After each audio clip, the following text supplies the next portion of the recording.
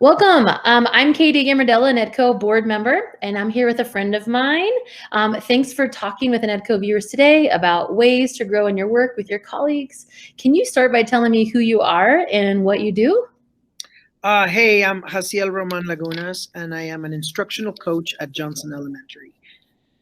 Wonderful. Well, thank you for being here with us today. Thank you. So as I stated, the theme for today's session is ways to grow in your work with your colleagues. Can you tell us what this means to you and the difference it made for you and your teachers and the students at your school?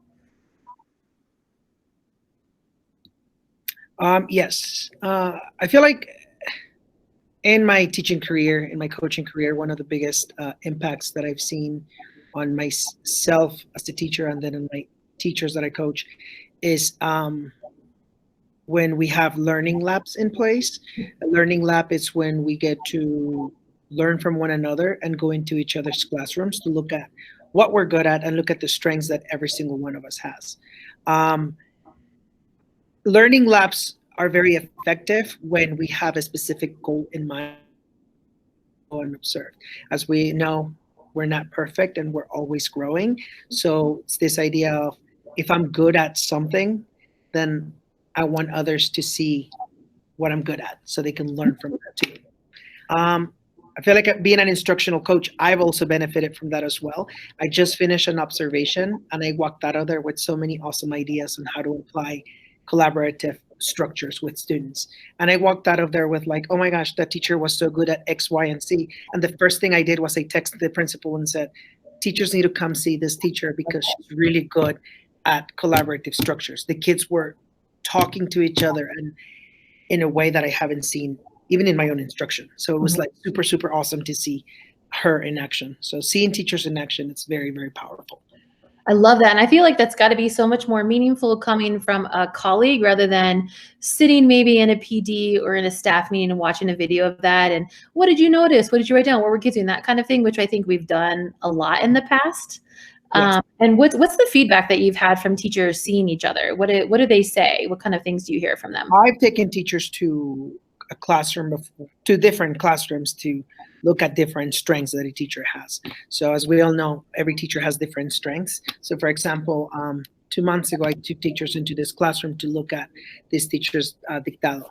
And it was just it's just really, they can see it in action. And I feel like they can see that whatever you have taught them, whatever you had told them about, it's very doable in the classroom. So many times when they tell us how to do something, but yeah, we don't really see it, like it's really, really hard for us to apply it. But once we see it in action, it's a lot easier for us to apply those next steps, those instructional next steps too. So I've gotten a lot of positive feedback from my teachers when we do learning labs in the classroom. We don't do them as often as I would love to, especially now that we're COVID, but we're in COVID, but I would truly love to see more learning labs because I feel like there's so much power in learning from one another.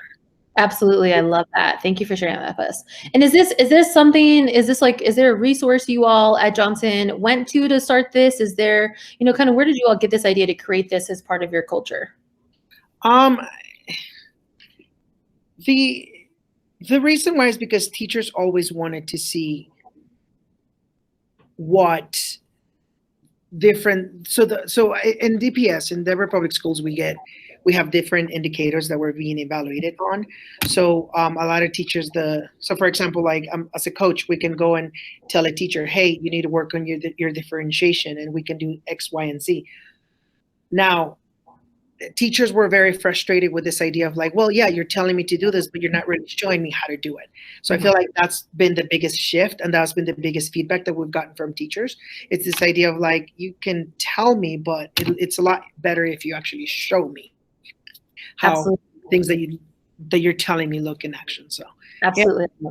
So it's, yeah, and like I said, every teacher has different strengths. So if you're looking for a teacher that's really good at academic language, I have someone in mind that's really good at that. If you're looking for someone that's really good with pacing, I have someone in mind that really, really good at that too. So that's great. So I know sometimes I tend to Instagram, Twitter, different Facebook groups, ask questions there, but rather than seek out, my PLC online, it's, there might be an expert even in my own building that I can go to. So really kind of urging teachers to seek out those experts within them. I love that idea.